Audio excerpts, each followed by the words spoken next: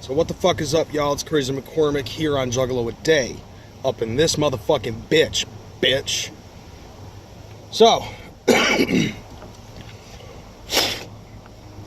what's this week's topic? Didn't you read the bottom? So this week's topic is, what is your favorite band and album from that band that is non-psychopathic related? What's the number one song? What's the number one album? What's the number one band that really gets your jollies whenever you fucking listen to it? Simply put, mine is Rush. The band Rush. Geddy Lee. Eric Lifeson. Neil Peart. Because nobody is a better fucking drummer than Neil Peart. For one. For two, Eric Lifeson plays an 8 and 12 string guitar at the same fucking time. He has one of those duals. That is some interesting shit. Lastly, you have Geddy Lee, a bassist that you can actually respect. Because, in all honesty, not a whole lot of bassists really get respect. And I guess, given for my age, that might possibly make sense that I would listen to a band like Rush.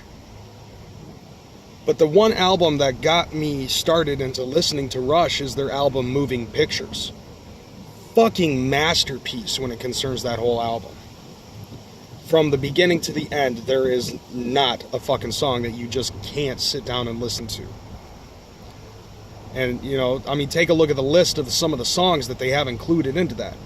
Tom Sawyer, Red Barchetta, YYZ, which, granted, is an instrumental, it still fucking kills it.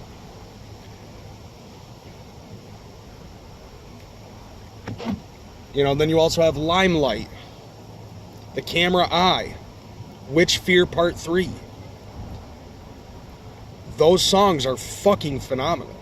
That whole album is fucking phenomenal. And when I first listened to it, I was 10 years old, and I knew that this was going to be the band that I absolutely fell in love with and would never get tired of listening to. Now, this band I was listening to since before I started even listening to Insane Clown Posse.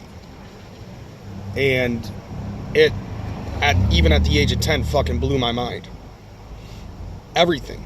With a 3-part set. Not to mention, you know, fucking Neil Peart's got that 360-degree fucking drum kit. He's got, like, everything on that fucking drum kit. All different types of toms. All different types of snares. Probably, 3, 4 different fucking bass pedals. Different bass drums. It's fucking phenomenal. You know, not to mention, you know, obviously you're going to have cymbals and fucking, he's got wind chimes on his shit. And, of course, cowbell.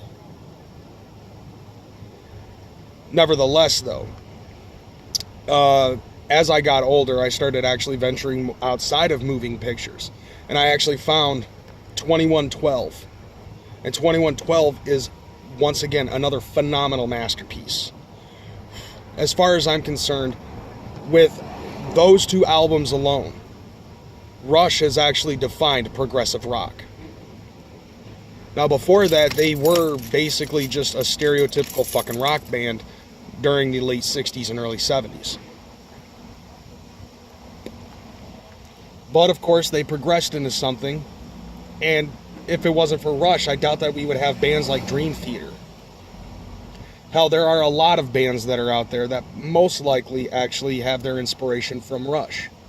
But it's not just the musical aspect of Rush. It's also the fucking lyricism behind it.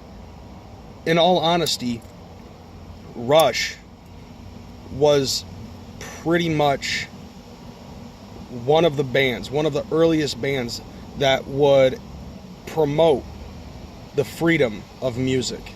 You can listen to that type of shit in the spirit of radio. And you can also listen to not just the songs that I've mentioned before, but you know, there's other things like Working Man. There's also, let's see, what's a good couple of other tracks that are available with Rush.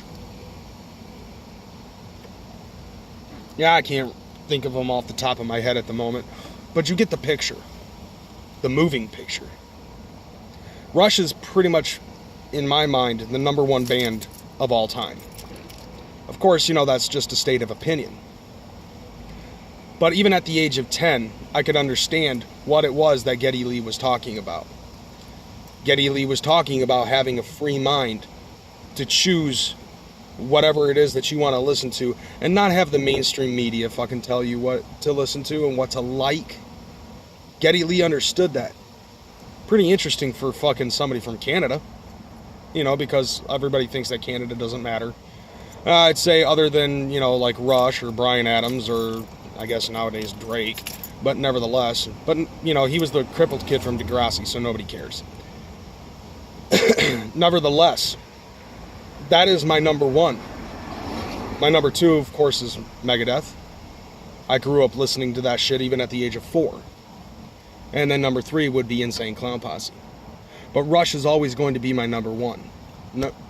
Number fucking 1.